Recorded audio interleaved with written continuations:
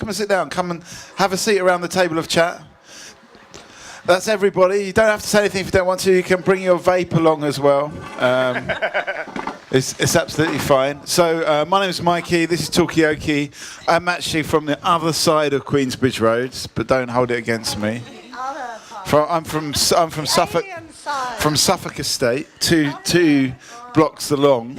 It's called, Mike. It's Suffolk Estate. Suffolk Estate, yeah. I thought it was called Regents. No, you got Regents and then you got Suffolk. So Regents, they're our, they're the people we really got needle with, to be honest. Because they don't let us use our community centre. But anyway, that's not. Don't let us use. Yeah. Yeah, we're north as well, but we're just north on the... Anyway, let's... So my name's Mikey. Let's get some names. What's your name? Stan. And? Fiona. And? Maggie. And come a bit closer, Maggie. And? Lorna. And I'm Mikey. We've got Rick there on camera that's actually still setting up. So... the whole point of Talkaoke is kind of up to you to decide what you want to talk about. We thought we'd kind of roll it out here because obviously we've got the film going on. And, yeah, I mean, it's about this area, but we can talk about anything. It's kind of up to you. Anyone got anything they want to start off with? You're talking about the community centre. What were you saying? I'm the only person who's still here. My two friends. Yeah. Fiona, you never lived on Haggerston? Yeah, I don't live here now. Right. Okay. Yeah, and Stan did as well. Yeah. You two don't live here anymore. Well, they came for the film. Oh right. Okay. And Stan's quite. Yeah. I don't know. You were quite involved in the local community, weren't you? Yeah. Yeah. I mean, I was on the tenants management committee, and we did. I managed a lot of crime and drugs-based work back in the 90s here. Right. And actually made a film about the estate. Okay. Back in the early 90s. You know what? We should show that film as well. Come and have a seat. Come and get involved in this. Well, that's perfect. This is perfect. Yeah, so, I'm Mikey. We got Lorna. We got Maggie. We got Fiona and Stan. Camille. At the moment, I guess we're talking about. Well, Stan's made a film back in the 90s. Come and join in, Mr. Photographer. Let's find out what your name is. What's your name?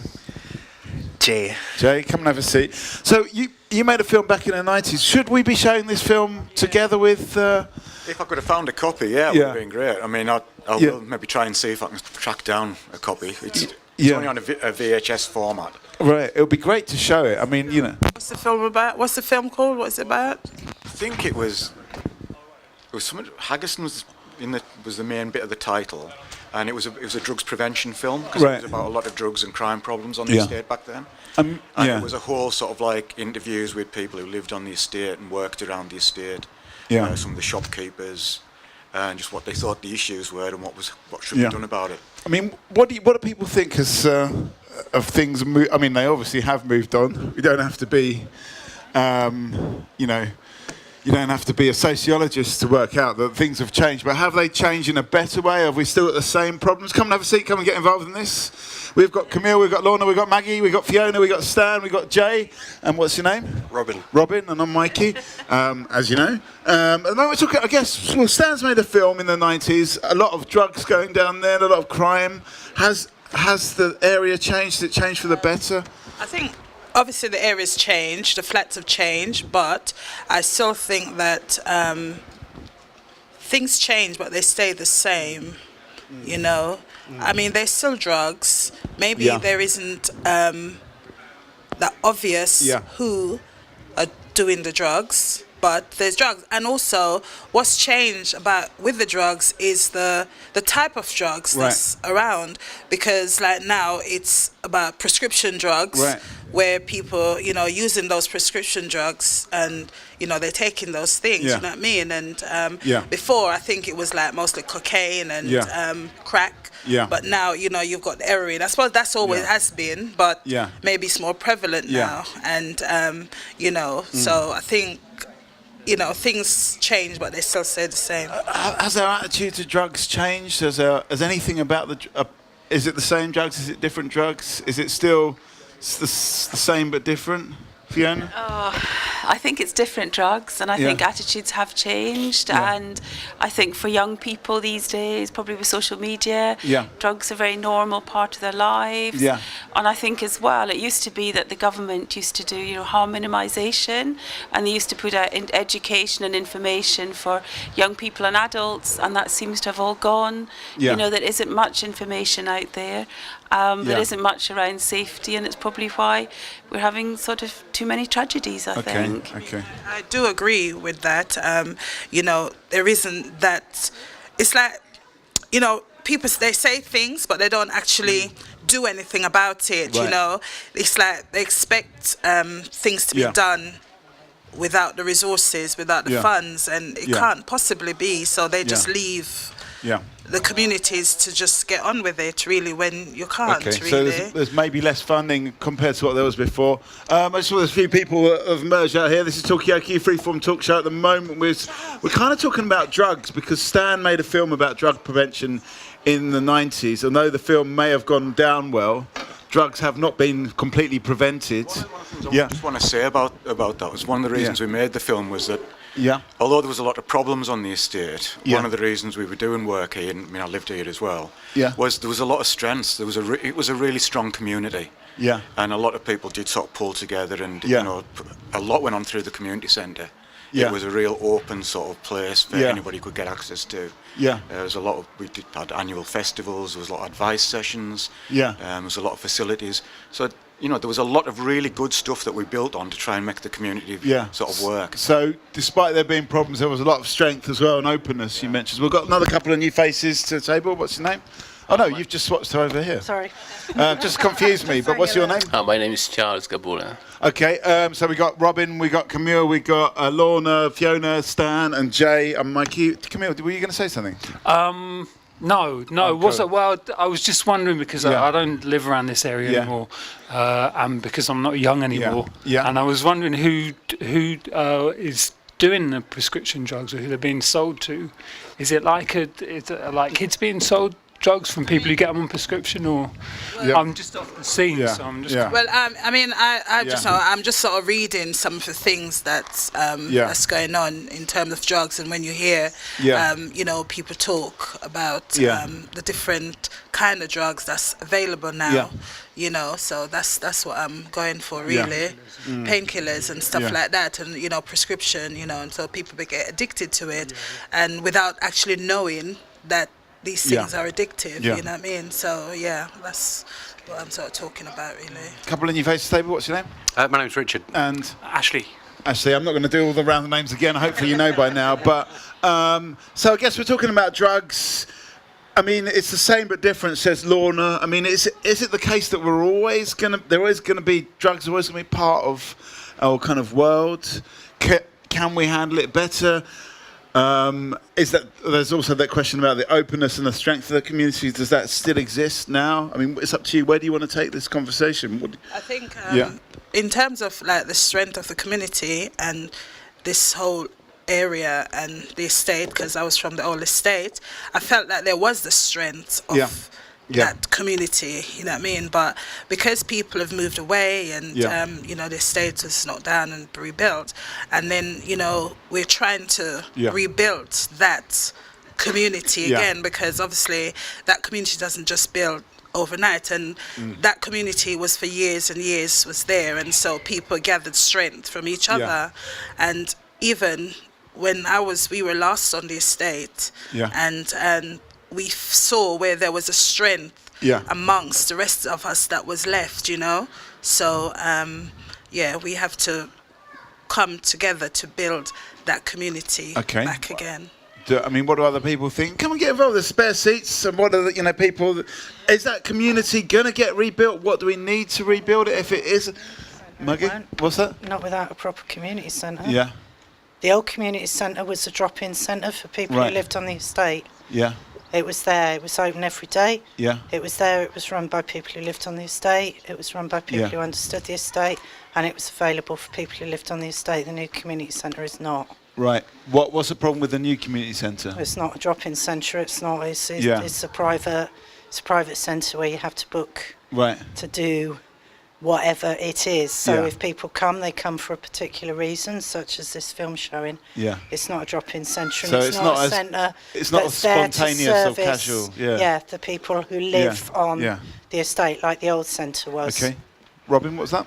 I was just thinking it's run on the commercial grounds, as I understand it. So that's the difference. The community centre. Yeah. What's your view about the community? Do you think it is weakening, or it weakens compared to what it was like? Well, I'm not actually from this particular area. I'm quite local in Shoreditch, down on the Boundary Estate. And Shoreditch itself has been confronted, or in fact assaulted, by a series of property developments. And we had an exhibition at the church called Development Hell, which was part of the sort of campaign to oppose it. Right. And so communities tend to, they do get undermined largely by property development that have no regard really for the roots of communities. And Okay, do people, I mean, we've got the thing about the community centre and the fact that it's become a bit more official, and it's a commercial operation. And then there's the thing about development, and Robin called it an assault on the community. Do people agree with that? Do you think, is it an assault on the community? And how do you, if it is, how do you resist that, or how do you deal with that assault? Just a question. Obviously, when this community centre was established by presumably L&Q, there was an agreement with the council. Does anybody know the content of that agreement? Because I mean, I guess ostensibly there was a desire to create some continuity with the previous community centre. Maybe there was some sort of commitment to employ people or something like that, or was it always clear that it would be just a commercial venture? Okay, I mean, does anyone know? Has anyone got any facts about this? Have you got some facts? Come and tell us your name. Andrea. Andrea. Hi. Hello, Andrea. I'm no longer part of the steering There's group. more chairs, by the way, in there if people want to come and sit around.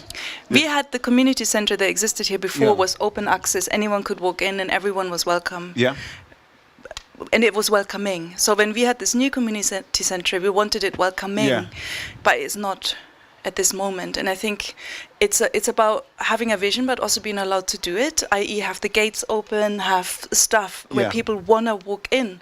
And that's at the moment not the case. So for you, it's more about how inviting it is as a building. But what about the kind of organisation? It's structural. The organisation has to be dedicated to the community, and we actually are funding a huge part of this community centre, don't we?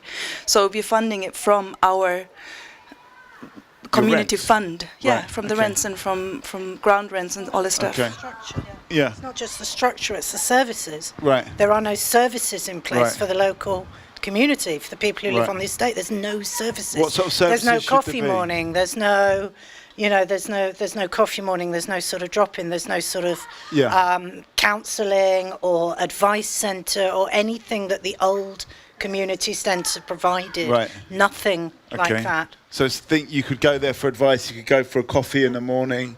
Can I say that as we are part of the community, and this is where we have to try and rebuild that, and as we as a community are helping to fund the community centre, you know, we have to try and set the agenda with Hackney Council. Because do you think you can create this coffee morning and the advice? I mean, well, we did have 2 coffee mornings here. It was on a Saturday. But unfortunately, we had a bit of turnout, but it wasn't. The second one wasn't really that well attended. Coffee morning every 3 months is not. So what you think it's got to be regular service? It needs to be something that's ongoing, that's regular. Let's spread this out to some other people. I mean, what about this point that it's come close and grab a chair. We'll get some more chairs as well. Get some more chairs, Andrea, from the. It's Hackney in the way that they've structured they've structured all of their community centres differently. All their community centres are now funded in a completely different manner than they were when we had the old one. So as Tina's just saying, we do have a counselling morning here. There is counselling. It's the first Thursday of every month at 6:30. It just looks as though this is not open all the time because it looks so secure all the so time. So you think it's about the look as well, and the fact it's like a closed building. Yeah, because we've got sort of one entrance for the nursery, which is that was what it was designed to be. One entrance for the nursery and one entrance for the community centre. And people get get confused with that. And where there's no entrance on the main, people get confused. I have people coming down my road and asking me where the nursery is, and I have to keep sending them back. And I keep saying, big sign on it saying Haggerston Community Centre. It's just in there. They miss it. You just do miss it. But the structure of the way that the community centres were run by Hackney has completely changed. Is it too structured? Because it sounds like it's like, you know, you've got a sort of book for a coffee. Hackney have got no business plan for this building. They knew this building was being built from 2007 when we were first taken over, and we made arrangements for them that we would build this building. It would be coming. We were near enough open, and they still didn't have a business plan how to run it. Right. And we still, as a tenant, fund the council to be here. Right. Okay. And we still don't have all the community spirit and all the community events that we had before, and we still have to pay to use this building, and we fund it. Okay. So it's a Hackney council. So it's a policy thing. It's a council policy thing. Their policy's changed. Yeah. They used to pay the gas, the electricity, and the ground rents on all of their community centres. Gas, electricity and water. For all of their community centres. And then the community could use it because you had tenants running it, and it was more accessible because it is. Now it's run as a commercial business. And they have to rent out rooms for it to be viable. They don't make any profit from this. It takes over £150,000 to keep this running, this building. Right. And that's what she just collects in. It doesn't make any profit. So basically what you're... So we didn't get... What's your name? No, I'm Deborah. She's Deborah. Deb, I'm going to stick with Deb. So you're putting it's really about disorganisation with Hackney. But I mean, you know, Lorna's made the point that the community is still here, and the community is the one that has to suffer the disorganisation. Is there anything the community can do? We still have to be willing to get involved and come in and do something. And if we're not, then we just lose the facility that we've got. Yeah. Everyone can say you can have a coffee morning every single week. But if nobody turns up, if you have one and no one turns up, and you have another one and no one wants to run it, no one wants to be on the committee, no one wants to serve on the committee, no one wants to volunteer. So. Okay. All right. I mean, come and have a seat. Come and get involved in this. We're talking about the community. Yeah. Are we gonna? Is it down? I'm just talking to my. Come and sit down. Tell us who you are at least. We'll maybe do another round of names quickly. What's your name? Well, my name Tezel. Tezel. Come and have a seat. So we've got Camille, we've got Lorna. What was it again? Sorry. Richard. And sorry. Ashley. Ashley. Fiona. Stan. We didn't get your name. Casey. Casey. And Tina. And we've got Jay, and we got Maggie. Yes. Charles. And Charles. And Mikey. And we're talking about, I guess, there's a few things. Robin, he's gone now, but he mentioned this kind of assault of developers, and obviously this area's been redeveloped, and it's changed the look of the place. And some people have said the look of the place has had an effect, but also it seems it's like everything has to be super organised and booked like 7 weeks in advance to have a coffee morning, when maybe that's not the nature of community. I don't know. I mean, you know, what do people think? Do people here, would they go to a coffee morning? Yeah. Grab the mic because you're a bit far away there, yeah? Along with several people around here, I've also been involved in some of the attempts to try and get things going. And one of the things you realise is if you can't tell people come anytime and make it quite flexible, then it really becomes an organisation. Right. You have to be so specific about, okay, we're going to have to do it on that day at that time. We're going to have to book it. There's all these overheads. Yeah. And I think the spirit of the community doesn't quite work that way. Yeah. You know, community doesn't work in spreadsheets and. No. This feels more like a commercial way of doing things. I mean, there's a time and a place for that, but to build a community, this is only going to get you so far. Right. Okay. So is it a bit too over-organised? Is Hackney are disorganised, but this community centre requires too much organisation?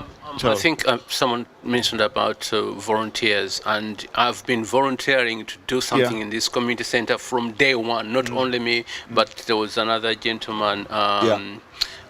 Trevor, which we've been doing it, and even through meetings, and they say you can't do it because it's a commercial building, it's run by a different company and a different organization. And when I look at it, when people get frustrated about the community center, it's because you need to have the thing open so that people can drop in. You can't just have something structured that you have to book on a certain day people to come in, because people don't have. Most people are doing things on the on certain days. So it's got to be open. If you want it to be people to get involved, you need it to be open.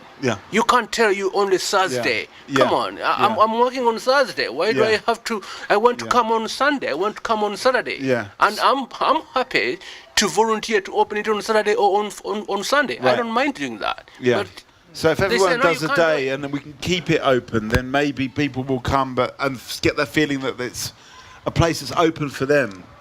Yep. I've just got a question. How is it run at the moment? I mean, there's £150,000. Does that employ somebody? Is there one person who's employed to run it? We've got a centre manager, Hackney's got a centre manager. And there's 3 receptionists. Because of different days, because some can only do 16 hours and so on, So, Okay. So the receptionist just answers the phone? Well, I mean, do they let people in? I mean, what's happening? But what's happening is that, I mean... 2 different sides, you see. Grab the mic, No, I can't. I don't like mics. One side, right, is for Renaissance, the nursery, the nursery, right? Bridge Academy, right? And then the other side is for the other 2 floors. Right. So she only lets them in. She doesn't let the other people in there. They press the buzzer, and the people, whoever they're going to, let them in. Right. Because it is run It's run by buzzers, Yeah, so it's all a bit kind of... And I guess there's 2 things here. There's about the organisation, but there's also about the feel of it and the feel of whether it's open and whether it's welcoming. You say about, have it open all day, but the other one was not open all day like that. No? No, it had a buzzer like that as well, but we disconnected it because we couldn't be in the office at the same time we were doing something else in the other room and let somebody in. So did you just kind of hack it and just have it open all the time? Yeah, we did, But it wasn't really supposed to be like that. Right, It was supposed to be the same way this is. I mean... But you can't do it with this one because you've got more... Okay. Well, my point was a question, really, a suggestion, in fact, and it's probably one that's been made before, to have an open day. I mean, has that ever happened? Has there been an open day? Could we call this an open day? The day that we opened the building, and the thing of it is the structural way that Hackney run all of their community centres changed when they got rid of Jackie Loftus. In 2008, 2009, she was actually the person. She retired, but she's actually come back for a little while now. She was actually the one person. If you wanted to hire any hall in Hackney, if you typed up Jackie Loftus' name, they used to actually do it for you quite quickly because she was a very vocal person. She was the head. She was in charge of all the community centres in Hackney. So she was the person who got everything done. They changed the way that they funded it. Their funding was taken away. They lost their funding. So Hackney changed the way that all community centres are funded. So now they're all individual businesses and have to earn their own keep and have to be able to be open. So you have to have private enterprise in to have the building in the first place. But they didn't pay for the building in the first place. The building was gifted to them with everything that was in it, and they still didn't have a business plan. Even when we'd opened the building, they still didn't have a business plan, and they're still funded by us. No, they bought a lot of stuff. I mean, is it? I mean, going back to your point, Lorna, is it down to the community then to take over, where Hackney Council, or can they? How do we? I mean, it is. I mean, I think there is a management for the community centre, and I think it's for people to get involved in that and to make their views heard. And Hackney will somehow have to take notice, you know what I mean? Because, but if nobody says anything, then nothing gets done, and they think, let's keep going with the same old thing, you know what I mean? But if this community is saying, this is not working for us, you need to change how it's run, then something will have to be done, you know? Okay, but what are the channels with that, where that happens? How do you actually... Well, there is a steering group. I mean... Have they said this kind of thing, the steering group? Well, with me, Tina, Lorna, Charles, we're part of what's called the LMF, which is the Local Management Forum, which we've been through this project from day one. And we've got a steering group that looks after just the community centre and the issues for the community centre. If we're using it for a community event, we can have it free of charge if it's free. Right. we wanted to have it that if tenants wanted to use it, tenants could use it free. That was what we originally wanted. But we've had to jump through hoops and loops, and we fund them. So there's no way that they're going to give us it for free. Is it frustrating? We do get it for a discount. Of course it is. Go to all these meetings. Of course it is. I'd love to have all my kids' parties. Yeah, come. I live there. I'd love to use my community centre. But my community centre prices me out because it's just too dear for me to do it. So, but it's too expensive to. But there's loads of people that are willing to use it.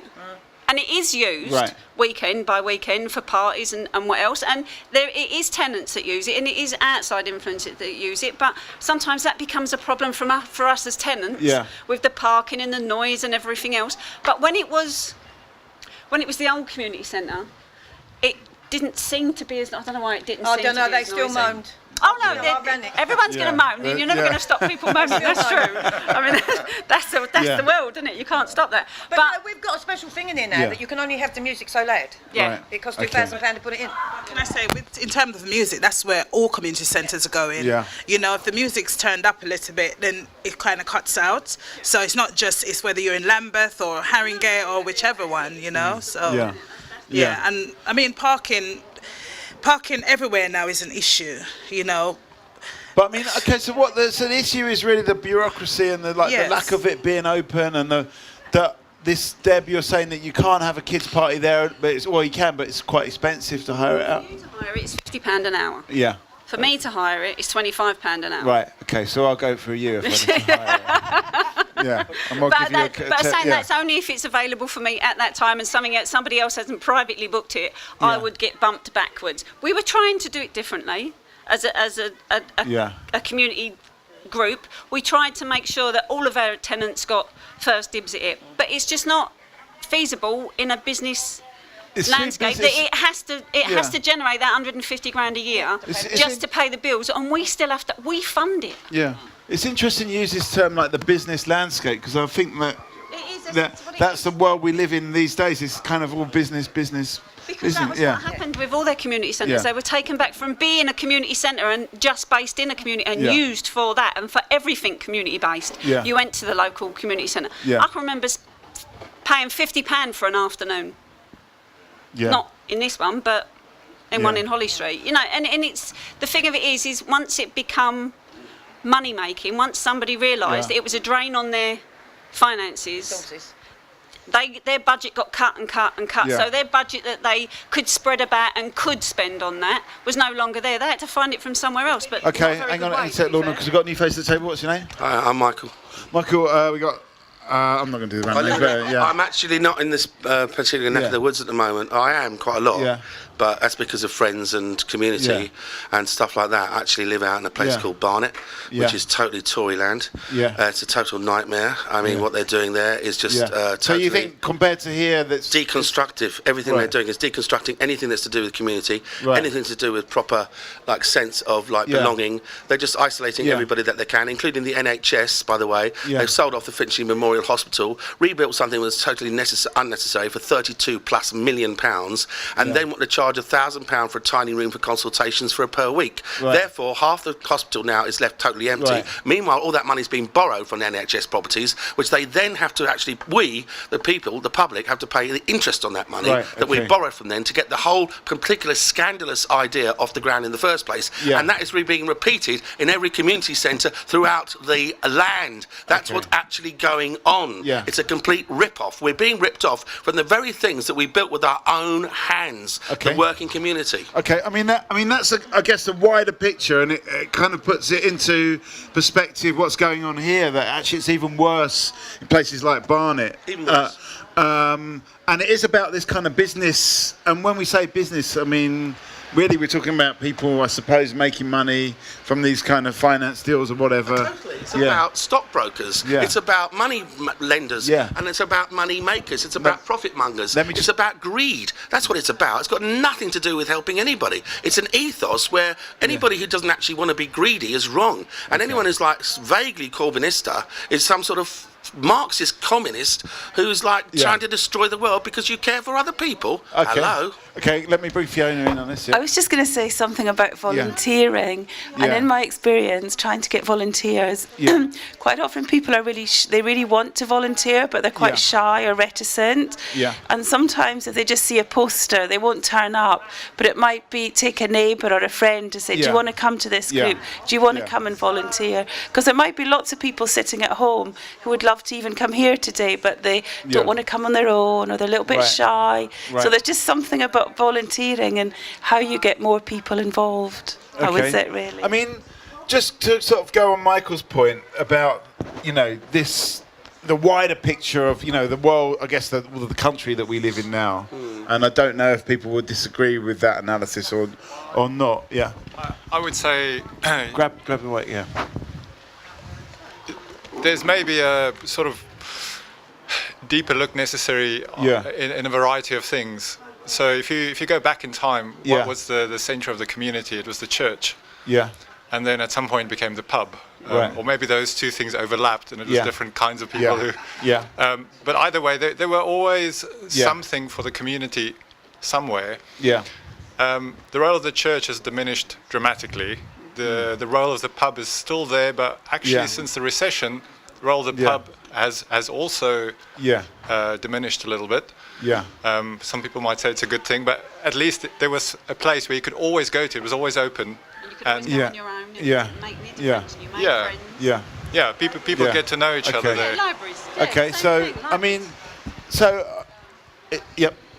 Yeah, just in relation to that, I think we do have an equivalent to that today that's taking over areas like this, particularly poorer areas, which is over there, which is Ladbrokes or William Hill or whatever. Right. That is a devastating effect on any community. Right. I think that is the anti-pub, that is the anti-church, that's the anti-Christ, in fact, if you really want to go into it. Because that... Okay, yeah. Hang on a sec, Deb, let me just... No, so this is because, one of the reasons why the development was delayed by almost 4 years is because where you're building now stands was a William Hill, and they got, for some reason, an indefinite lease forever. And I think it cost a lot of money to get them out. They made a lot of money from... There was one building left just because of that William Hill. Everything was demolished, but William Hill's little core stood up still. It's a real issue. Yeah. Okay. Surprised how much power they've got. Right, okay. So they can afford to lobby. That's the way that it works, and that's been found out in the past. The reality is you're getting cash for questions and all that is all under the counter. I just want to say a little quick word about what we're looking about, us actually as we sit here outside the community centre, and we're looking at these sort of like vaguely sort of like monolithic kind of square sort of Jacques Tati type houses, like everything's square and everything's cut off. I mean, the point is, this one thing that Prince Charles might have got right in his life: old buildings are best. I mean, they used to make actual community housing, but it was sort of self-gated, had community gardens in the middle of it. Everybody could share the community gardens, and now the way they're making them, they're actually more like a travel lodge. Right. You check into your hotel room and you're cut off from everybody. And so they're actually having no care. I don't know who the architects are that are being given these contracts, but I sort of suspect that the reason that they're being given the contracts is they have some, sort of foot in the door, so to speak. And what's happening is that these are totally devoid of any spirit. I actually met Jeremy Corbyn myself personally as an ambassador for Crisis, the homeless centre in Shoreditch, Commercial Street, and we had a meeting with him there and the housing minister, and we went through this in very great detail, and he understands. He's beginning to understand. The thing is, on the street, they're not giving us actually community housing at all. They're giving us these horrible, what I would call like chicken runs. They're like battery housing. They're like cutting people off from each other. They're giving no sense of community to people. And if you do have any garden space, you're not even allowed to use it. You have to pay massive service charges towards looking at it. That's it. You can't even like walk your dog in it. That's the way they're making them now, and it's so-called affordable. Hello. So there's a few things. There's the aesthetic, which is box-like. There's the control, and then there's the policy of like what's happening to housing. I mean, what do people want to sort of like react to there? I mean, do people agree? I mean, obviously, I think most of the people around the table, not everybody, maybe half the people still live in this area. Do they think that do they agree with Michael about this idea that they never put any funding into our housing anyway? I lived on an estate that the council did nothing for 40 odd, maybe 50 years. They did not do things. We had critical windows, no heating, or we were supplied our hot water. Same as Haggerston. We were left to rot. Yeah. So when a commercial come along, I mean, we've been doing this from the word go, not doing what? This project. Right. We all lived. Charles, Lorna, me, Tina, Andrea. Yeah. We lived here. Yeah. And we were in the sink estate. Yeah. The gutter estate that nobody wanted to live on. Yeah. Where they put all the funnies. Yeah. Yeah. Where they put all the benefit people. Where they put all the crap. Yeah. That's what they called our estates. Our estate had great camaraderie. We had friends. My kids could go out and play. I've got 2 big boys compared to this one. Yeah. And they went out and played football downstairs, and they played from the age of 30 down to 2. Yeah. And they would all play together just in a little square. Do you think it's more controlled now, or is it just on not our the space? estate, there was, what did we have? 231 homes. 345 homes. In place of that is now 700 and Right, odd, so it's more than double. But we fought every inch for what we got on this. Yeah. We fought for returning residents to have a building standard called Parker Morris plus 10%. So we went back to the 60s space-wise, and all returning resident buildings are built to that spec. Right. And we got that. We had an £8 million funding shortage because of John Prescott. Right. We lost money on that, and we got that. We lobbied. We got that money. We got this built, but we had to give up a lot of our aspirations. But we had a hell of a lot to do with this build. Yeah. We've got communal gardens that we've got little swing parks in that we made sure were put in. I mean, we got money put into our local park. 250,000 we put into the park. The Section 106 we made sure, but Hackney Council made a lot of money out of this project. Yeah. Hell of a lot of money out of this project. But we also got a little bit of garden and a communal garden. So it was a fight. You got some things, and you lost other things. For everything we've got. Yeah. Oh, sorry. No, I just want to say one thing which I'm really sad about still, that we didn't win that fight, which was we wanted proper mixed community. And now we are seeing, so Brandon Lewis, the housing minister, is no longer the housing minister, but he said this is a flagship development because it's a mixed community. It's not. Private have their own, social housing has their own, we have poor doors. Yeah, but you still have a door for social housing, you have a door for, there's no mixing, so our kids don't naturally run across each other in different buildings because they have different inner courtyards, and I think that's a shame because what we had before was truly mixed. It was mixed, you didn't know who was a leaseholder and who was not, and everybody nobody asked. Yeah. They don't build like that no more because the building won't get insurance. You know what hoops we had to go through to get the insurance on the building to start off with. So even you can't even get insurance on a mixed building. But this is not us. This is not us personally. This is to sign off on the plans and to have to go back to the council and argue the fact that we put hundreds and hundreds of hours into visiting sites and picking bricks and picking materials, all to the standard that the government says you have to, because you've got to have reusable. You've got to have metal. But does the government say you can't have leaseholders and tenants in the same? Yeah. Because what happens is, because we got that Parker Morris plus 10, you can't pepper pot and put a Barrett-size house on top of one of us. You've got to build blocks in unison. If you've got Parker Morris plus 10, the whole stack has to be Parker Morris plus 10. You can't make big and small and big and small. So you can't do that, because the developer wouldn't do the whole, because they would lose out too many properties. It would make the properties. They wouldn't make money out of it. They wouldn't make money out of it. So that's okay. We've got another new face to the table. Fiona, give us a final thought before you go. We're gonna start in about. Final thought is to get more people volunteering. Yeah. Yeah. And what is the way to do that? Do you think? I think it's just to knock on your neighbour's door and everyone to bring somebody, and then it grows. Yeah. I'm gonna say Andrea, because we're gonna get a final thought. Yeah, okay, let me to Charles. We've been knocking on doors. We knocked on doors to invite each and everyone to come to these, to our functions or to our meetings, and people didn't turn up. And not only once or twice, we've done it a few times. Yeah. So, saying that we are not doing anything, we are doing something. I went out with Martin. We knocked on everyone. Is it harder than it used to be? It's really hard because some people they just slam the door in front of you, and you say, I'm not asking for anything. So it's quite hard. It's just the way it's designed. As I said, the community centre, the way it's designed, is kind of to to divide people at the end of the day. Designed to divide. Yeah, it's designed to divide. There's no way. Yeah, hang on a sec, Michael. Because no one is really kind of, feel that there's a community. They don't feel about it. So that's the thing, what is happening. Yeah. So we're talking about designed to divide. I'm going to come to you in a second. Yeah, in essence, quite essentially, it's quite simple, really. The way that they build things nowadays, they are just separating people. People don't feel that they belong to each other anymore in the way that they used to, when people used to literally sort of go and go to each other's front doors, knock on their front doors, borrow cups of sugar and whatever.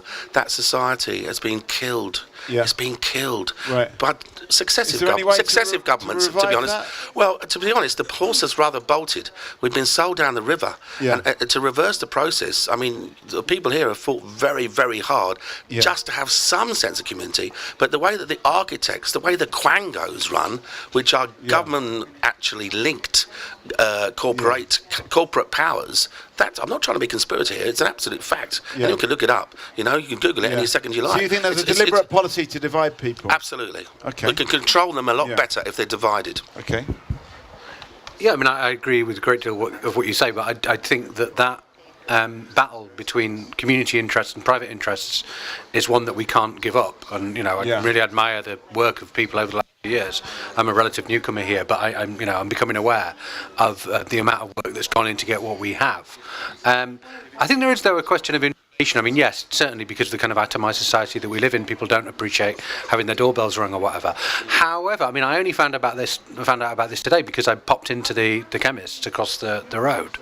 And I was absolutely delighted to come across the information about it. I didn't know about the local committee that exists and so on, and I'm somebody who's very, very keen to get involved in these kinds of things. So I think there is simply a question of information. I mean, in terms of a practical suggestion, again, being an interloper, I do think trying to have some sort of open day in which people just come together and say, okay, like today. I mean, people say nobody's turned up. Okay, there's a substantial group of people here. I imagine the majority live here. I think, in terms of what you were saying, I agree, but I do think that that's a struggle. That's a life or death struggle. Therefore, we can't give up on that kind of thing, and we have resources, people who are familiar with the area and so on. In terms of this information, is that just a question of another divide that people, the sort of information channels are not there? Well, I think these days, I mean, I do think that just putting information online doesn't necessarily work. People don't engage in the same way as if, for example, they see a leaflet in the local shop. I think that a community centre is by definition local. It surprised me earlier when people were talking about parking in terms of community events, because ultimately if somebody lives over there, they don't need to drive just over here. I understand, it has a wider reach than that, but ultimately this community centre has to exist for the people within this limited radius. And I do suspect there are a great deal of people around here who would be very, very interested in these kinds of events. Let me just get a final thought from Charles before you go. We're actually going to need to get final thoughts from everyone, especially those that haven't said anything so far. So let's get, and it looks like it's about to start raining as well. So, but we are going to go in. So let's get final thoughts from everyone. Give us a final thought, Charles. Well, people don't realize, the community doesn't realize we have the power at the end of the day. The only thing we need is to unite. If we unite, we have the power to do that. Okay, that's good final thought. Initial thought and final thought? I think it might take a bit more time just to get everyone together, because a lot of us, I moved back in about just over a year ago. Do you have a belief that the community can? I think it can come back, but it just takes time because everyone needs to move in and they figure out what's going on. You meet people, you see people in your block, whatever it is. I don't think it's not going to be the same as it was before, because the place is different. But it is going to happen eventually. Okay, it's going to happen. Okay, we're going to accelerate this because it's starting to rain. Quickly say, it's all very well talking about voluntarily, people coming in and using up all their time to come and help people do other things, but they need to fund it. We need the funding to help people to do the things that will lead people to come into the community and get out of their little boxes. That's what we need to do. Okay. More security leads to more insecurity. Okay. Can I say we've been sold a thing about austerity and it only affects poor people. Okay, so the austerity thing just affects the poor people. Almost reserving judgment till I've seen the film. I'm very new here, so I look forward to feeding in later. Well, as long as it's not raining, we're going to do another session afterwards, so do come back, enjoy the film. We're going to throw a tarpaulin over this, I think. You get the tarpaulin out for a change. Thanks everyone for taking part. We will be back later. Do enjoy the film and grab snacks, and we'll be doing this a bit afterwards. Thank you. So we'll be back in it shortly.